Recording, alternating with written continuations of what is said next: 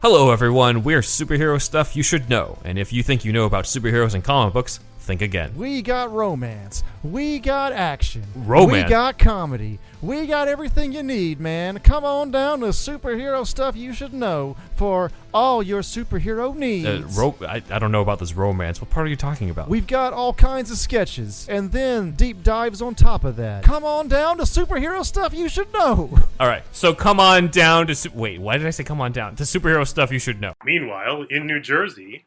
So, Marissa, what talking points do you want to hit on in this week's episode? Well, Jackie, let's talk about how the film addresses the patriarchy. Ooh, and representation of marginalized people. Ooh, and even philosophical ramifications of good versus evil in horror. We can point out the triangle boobs, talk about the blood splatter, and the practical effects. And also the male gaze. My gaze at the males. Hi-oh! From feminism to fangirling, the Jersey Ghouls cover all the bases of horror from a woman's perspective. New episodes are uploaded every other Sunday. Just search Jersey Ghouls to find us on social media and your favorite podcasting app. Ryan Reynolds here from Mint Mobile. I don't know if you knew this, but anyone can get the same premium wireless for $15 a month plan that I've been enjoying. It's not just for celebrities. So do like I did and have one of your assistants switch you to Mint Mobile today. I'm told it's super easy to do at mintmobile.com/switch. Upfront payment of $45 for 3-month plan, equivalent to $15 per month required. Intro rate first 3 months only, then full price plan options available. Taxes and fees extra. See full terms at mintmobile.com.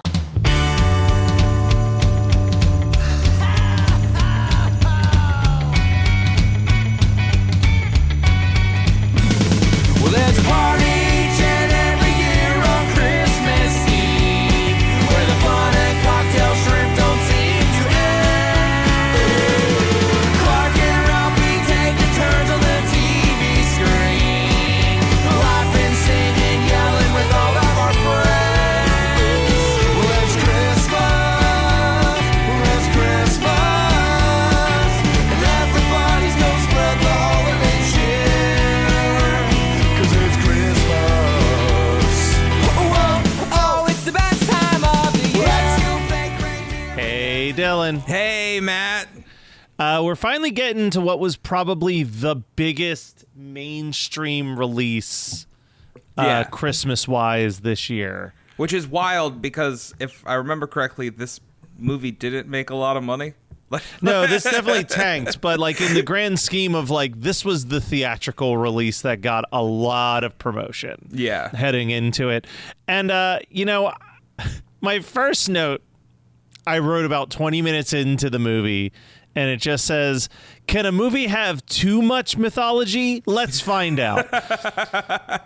Because like I don't know how to feel about this, but this movie just like we've seen movies like this, right? We've seen like, hey, Santa's real and there's this whole crazy thing that goes on at Christmas time that none of us ever get to see, but it's like very elaborate. Yeah. But I feel like this movie, it is just tossing you into the deep end as if some of this is very well established ground, and it's not. Yeah. And like they present the villain as if it's like this known beloved piece of mythology, and like she's really not. She's like she's like an Icelandic. Yeah, it's like thing. a lot of Norse mythology and stuff being thrown in. I honestly, throughout the entire thing, I couldn't help but think, damn, I really hope that Violent Night 2 goes into like the actual Norse mythology that they were playing on with their Santa Claus, because that seemed way more interesting than this.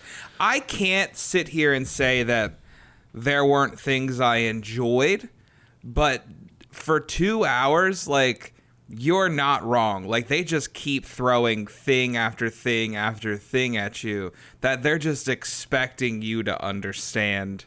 Well, and let me throw this out there. This is an issue that I've had with a couple Marvel movies as of late. Hold on, but because you bring that up, this, if I could sum this up in like a phrase, this was just a mediocre Marvel movie. Yes. Like, that's what this was. This was 100% a mediocre Marvel movie.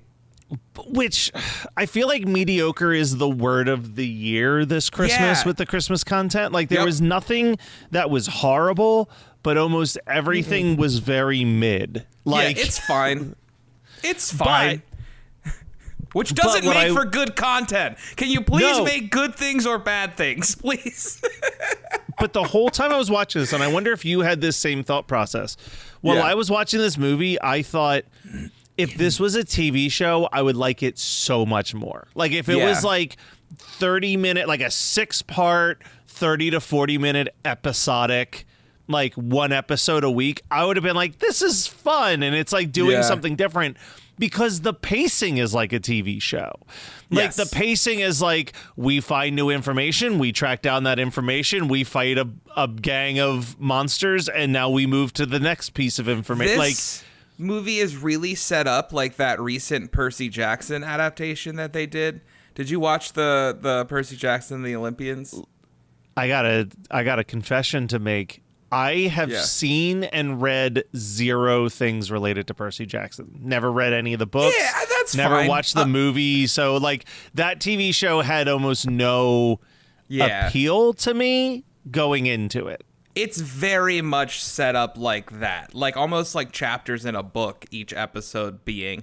Yeah, I think they would have been able to establish things a little bit more in this film. I will say that the movie itself, it's just got that like overproduced stank on it. Boy, does it! Like it's got moments that work. There's great like the snowman scene when like the ice cream truck just kind of ominously comes out of the water and it's playing like a creepy ice cream truck version of Feliz Navidad. Yep. I was like, man, more of this. More of like just kind of weird, evil, iconic like that was like borderline the best parts of Krampus in this movie for a moment. Like it's like, hey, here's some snowmen, but they're fucking jacked and they're evil and like it's going to be a big fight. Like, we needed more of that and less of like talking about what's going on behind the scenes. Like I put down a note at one point that I said, this movie isn't the worst that I've watched, but dear Lord, does it suck the joy out of the room when I do a quick time check and see that there's an hour and 10 minutes still left. You're not like, lying. And the thing is like there are multiple shots where it's just a single actor and you can tell that no other actors are around and they're having conversation. For the Rock, 90% of the Rock's lines, you can tell no one else was around. Like the Rock was just speaking to a camera. And it's just a very complicated plot. I'm going to try to explain the plot for people listening right now, but I'm giving you a heads up. It is an overwhelmingly complicated plot with about 7 or 8 different acronyms that they have to throw in here. And I'm going to avoid all of them to the best of my abilities. But like the basic gist of the movie is Santa Claus is real and that there is an organization that protects all mythological beasts and creatures from being found by humans. And that The Rock plays one of the like top people in that organization, and his person that he protects is Santa Claus. He is Santa Claus's bodyguard, bouncer, what have you. And suddenly there is a full-blown attack on the North Pole, and Santa is kidnapped. Yes. And that they need to find a hacker that can help them. Enter Chris Evans. And why did they cast Captain fucking America to play the weakling sidekick? Yeah. Like, what the fuck? There are so many nerds in Hollywood that you could have put there. Let me throw an option out there who's already in the movie. Nick Kroll is right there. Oh, he would have been perfect. He would have been absolutely perfect. Like, Nick Kroll is like a weird hacker that you probably expect to get the shit kicked out of him, but he can like talk his way out of a situation. In like, another movie, Chris Evans is playing the Rock role. Like any literally other film, any other movie, he's playing that role. To which I have to say, I know we're getting into the story of the movie, I feel like I've already started hating on this guy. I'm done with The Rock. I'm done with The Rock on screen, man. Like, Yeah. it's not working for me. Well, it's the because- same character every single time. I think that that's the problem, right? You look at, like, let's talk about arguably the 3 most successful wrestlers turned actors. And you've got The Rock, you've got John Cena, and you've got Batista. Yep. John Cena and Batista regularly play against type. Yep. The only time The Rock has ever played against type, he's still The Rock. It's just Yep. like, but what if The Rock was a tooth fairy? Exactly. What if The Rock had a tiny little daughter following him around? Yep. Like, he never has to stop being honestly, the only time that The Rock ever played against type, and it's one of my favorite roles for him, is in Be Cool, when he's like, yeah. When he plays the gay bodyguard. yeah, like, it's like that's the Oh my only God, time he's he's so good ever in that. not been the coolest guy to step into the scene and every you can single time. tell, like, I know, like, the rumor is that, like, he's very grumpy with how bad his movies have been doing, which I get. Yeah. Like, no anybody one wants would. to be known for being in bad movies. Nobody. Yes. So, but you can tell, like, as you're watching something like this, that, like, in his mind, he's like, this is the coolest fucking thing in the world. Yeah. Like, this is Oh gonna my God, make it would- absolute bank. I'm gonna buy a 10th car. Like, but I yeah, love so the memes that are like, hey, Red One didn't do bad, so I guess you can expect The Rock at WrestleMania 41. yeah. But yeah, so then what we end up finding out, and again, I'm gonna sum this up pretty quickly. This takes 2 hours to get to. Yeah. They find out that there was a Icelandic winter witch named, I want to say it was like Galinda or It's Grilla? Grilla. Grilla, played by, is that Kieran Shipka? It is. Yeah. So she plays Grilla, and she's also the ex-girlfriend of Santa's brother Krampus. To which I can say, I love Shipka. And everything that we've Yeah. seen so far, I love Shipka. Listen, She, to episode me, 1 of is- this podcast. Oh, yeah, let we it go real snow. hard into loving her. I don't think she can carry a role like this. She's was not strong. believable as a badass villain at all. Not at all. Not even a one little moment. bit. I thought, I really thought in this movie that they were going to reveal another villain. Like, I thought that she was going to be almost the underling. You but would have nope. thought. No. So they go and hang out with Krampus for a little bit. Krampus Yeah, is which like, is haven't probably heard. the better another better scene in the movie, the Krampus Yeah. scene. It's really cool. They really do, as They much as care I said about it's the over, authentic, yeah, like, and mythology the with- makeup and the set dressing is so fucking cool there, but it's always like juxtaposed with, again, bad Marvel movie CG at points. Yeah. Like, It's and I feel like I'm like really hampering on this again, but like the whole time I was watching this, I was like, man, this Krampus part would have been my favorite episode of the TV Yep. show. Yep. But it's like buried inside so much like dragging along Yeah. story. So they find out that he's no longer seeing her. It's his ex-girlfriend. And then they figure out Santa actually wasn't kidnapped. He's hidden somewhere in the North Pole. So now they have to Yeah. go back to the North Pole. And like all of her minions are shapeshifters. So they don't know who they can trust. And then and she's going to take all the naughty children from Krampus's list and trap them into snow globes. Yep. And then Krampus joins forces with Santa Claus to stop her.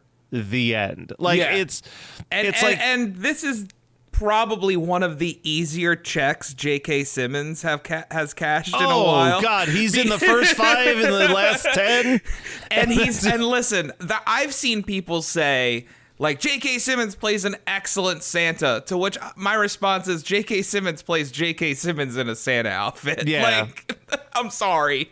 Like, it's non-vulgar J.K. Simmons in a Santa outfit. Like, that's it. And Yeah, he's on for a little bit, gone, back on for the last 10. You know, gone. we didn't really get to talk about this when we were doing the Muppets ranking, but I'll tell Yeah. you who played a shockingly good Santa to me was the uncle from Harry Potter in Letters to Santa. in Letters to Santa, he was really good.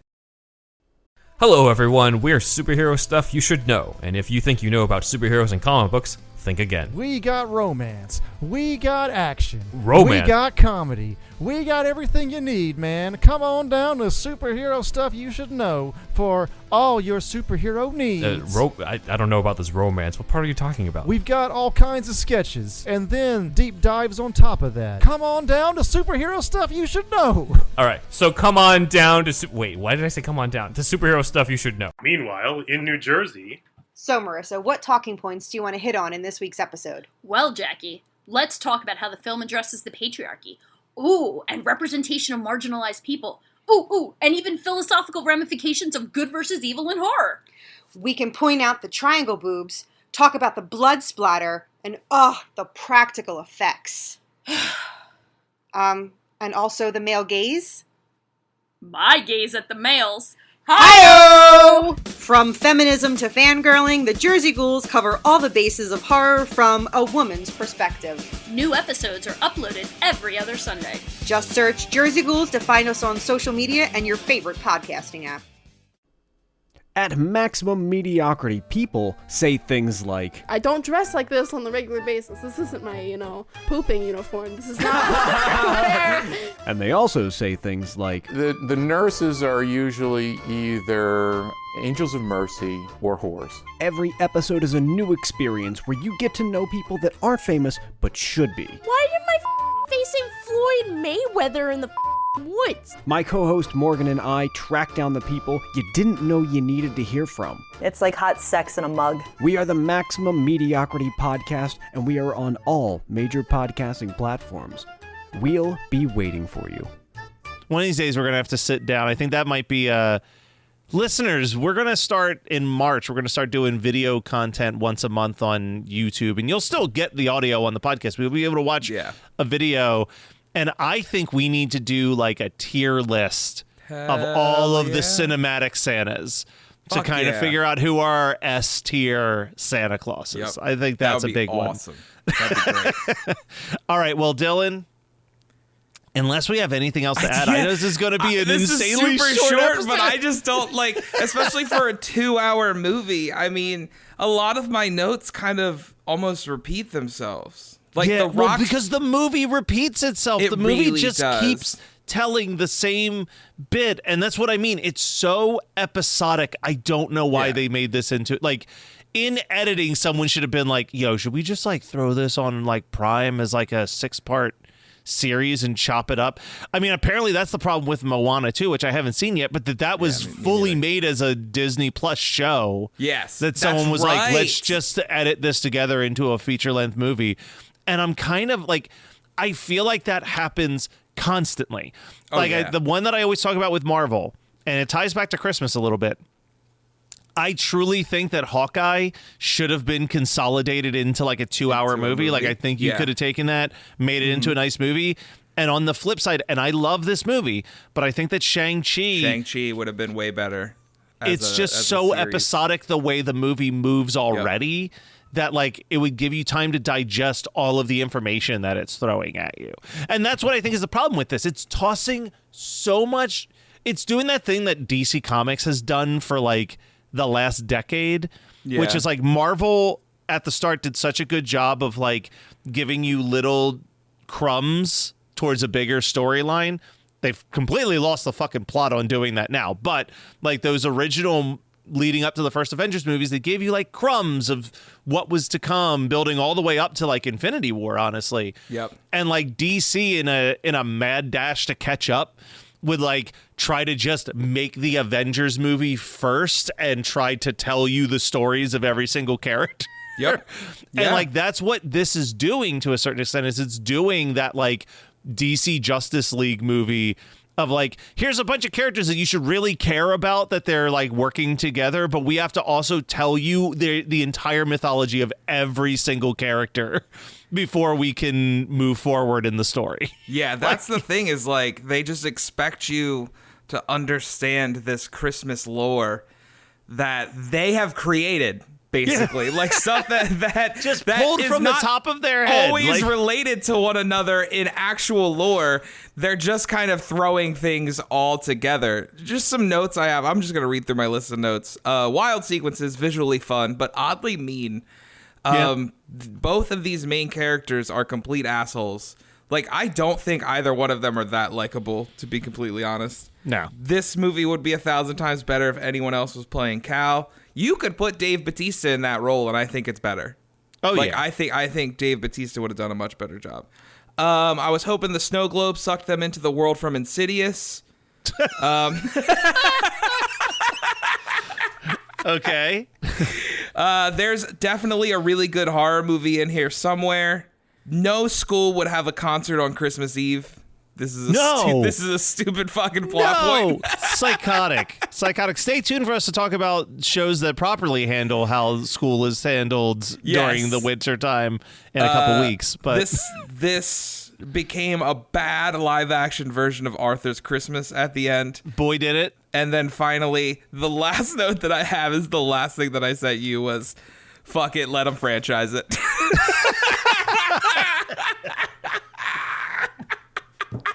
Yes, you did. That was a text message you sent me after you watched it for 2 hours. Because, listen, as much as we can sit here and say it was kind of a slog to get through, there's a lot of mythology that they just assume you're going to know. It's not unenjoyable mythology. Like, no, like it's still Christmas related.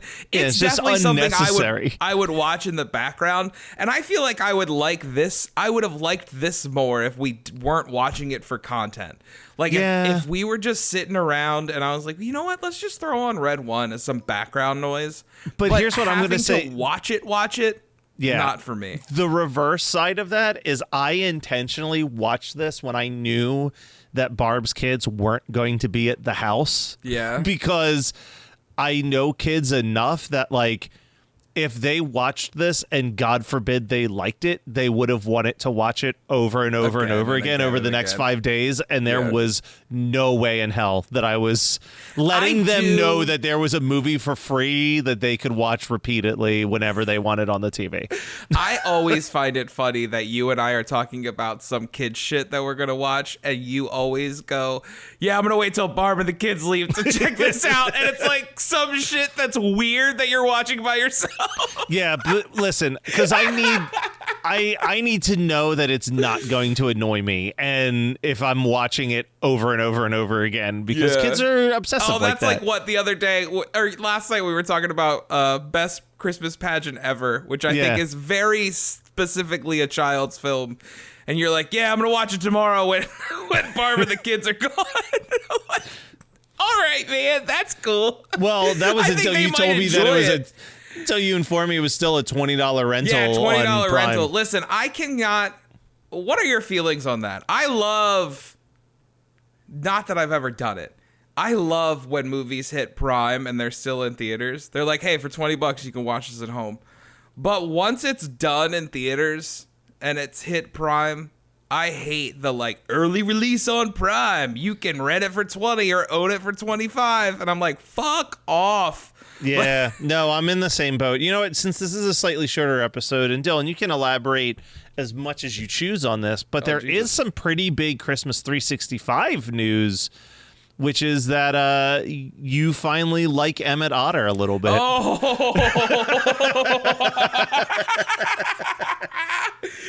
Yeah, I think I found the secret ingredient to liking Emmett Otter. We won't say more, it's but not watching it in a clear stated mind. I will say, so the other night I'm sitting there and my sister and I had just finished completing a project for my parents. This is coming out after Christmas. So way after Christmas. Yeah, this is coming out way after Christmas. So what we did for Christmas for my parents was my mom always booked us those like goofy professional photos at like JCPenney and stuff. So my sister and I found a bunch of the old ones and we recreated those pictures. And so we're going to get a frame and everything set up, and I'm super excited to give it to them. But I had spent the day with her, and we were just chatting when we both went our separate ways, and she's like, Dad just got home, because she's home from college. Dad just got home, and I think we're going to watch Emmett Otter because it's a little shorter, and he said, like, he's getting tired and he can't make it through something. So I'm like, fuck. I'm going to try this again. I'm going to try this again. And I put it on, and Yeah, I think I was just in the right mood. I almost just think you need to be a little closer to Christmas and know what you're getting into. You Yeah. gotta know what you're in for. If you're in that right mindset, I think Emmett Otter's for you. I still don't think it's the thing that I'm like, it's fucking Christmas! Throw on Emmett Otter! Like, I will never be that guy. And there are people out there like that. Like, I don't get it. I don't get it. I'm with you. I'm with you. All right. Well, Dylan. Emmett Otter's better than Red One, though. So boy, is it. So, all right. Well, Dylan, I hope next Christmas isn't a red one. I hope next Christmas we get better releases. God damn. Yeah. Whoa, now we won't stop till the big ball drops on New Year's. Happy holiday, have a great holiday, have a merry happy holiday.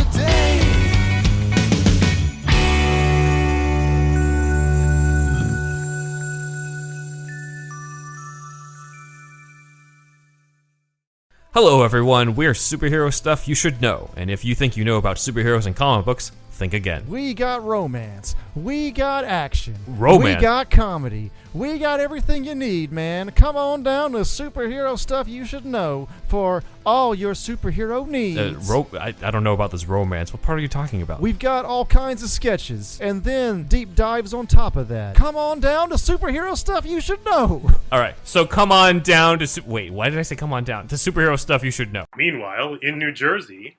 So, Marissa, what talking points do you want to hit on in this week's episode? Well, Jackie, let's talk about how the film addresses the patriarchy.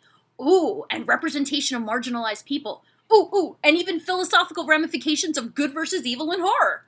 We can point out the triangle boobs, talk about the blood splatter, and the practical effects. And also the male gaze. My gaze at the males. Hi-oh! From feminism to fangirling, the Jersey Ghouls cover all the bases of horror from a woman's perspective. New episodes are uploaded every other Sunday. Just search Jersey Ghouls to find us on social media and your favorite podcasting app. You're listening to the Geekscape Network.